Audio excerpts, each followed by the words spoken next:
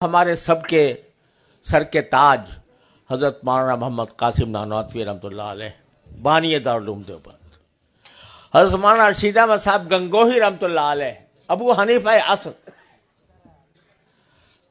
دونوں نے، اور پھر حضرت مولانا اشرف علی تھانوی رحمۃ اللہ علیہ، تینوں نے رجوع کیا حضرت حاجی امداد اللہ صاحب معاذر مکی رحمۃ اللہ علیہ، اور حاجی امداد اللہ صاحب معاذر مکی وہ تھے جنہوں نے درس نظام بھی پورا نہیں کیا تھا۔ اب ایک مولانا نانواتوی جیسا انسان کہ جس کے علم جس کو علم کا پہاڑ کہہ دو، علم کا سمندر کہہ دو، جو الفاظ چاہو استعمال کر لو، وہ ایک ایسے شخص کے پاس جا رہا ہے کہ جس نے پورا درس نظام بھی نہیں پڑھا۔ کیوں جا رہے ہیں؟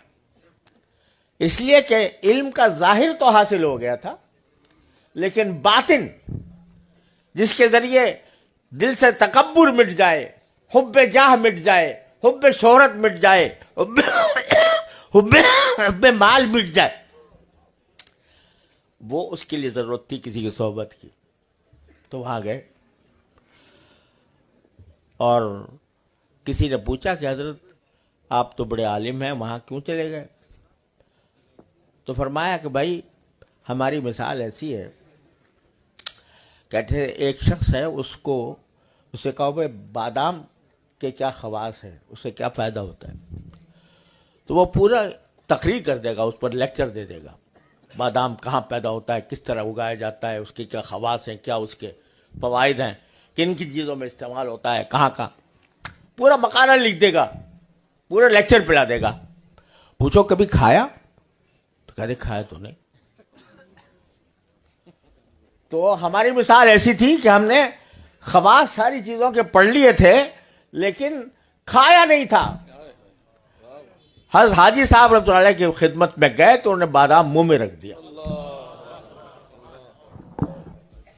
کہ یہ ہوتا ہے بادام۔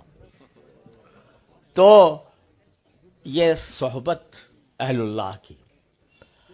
یہ ہے جو ہر علم کے طالب علم کو اپنی تکمیل کے بعد اس کی فکر کرنی چاہیے، تاکہ،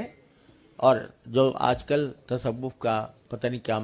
مطلب سمجھ لیا گیا ہے، اصل چیز یہ ہے کہ جو اپنے باطنی فضائل ہیں وہ حاصل ہوں اور باطن رذائل سے نجات ملے،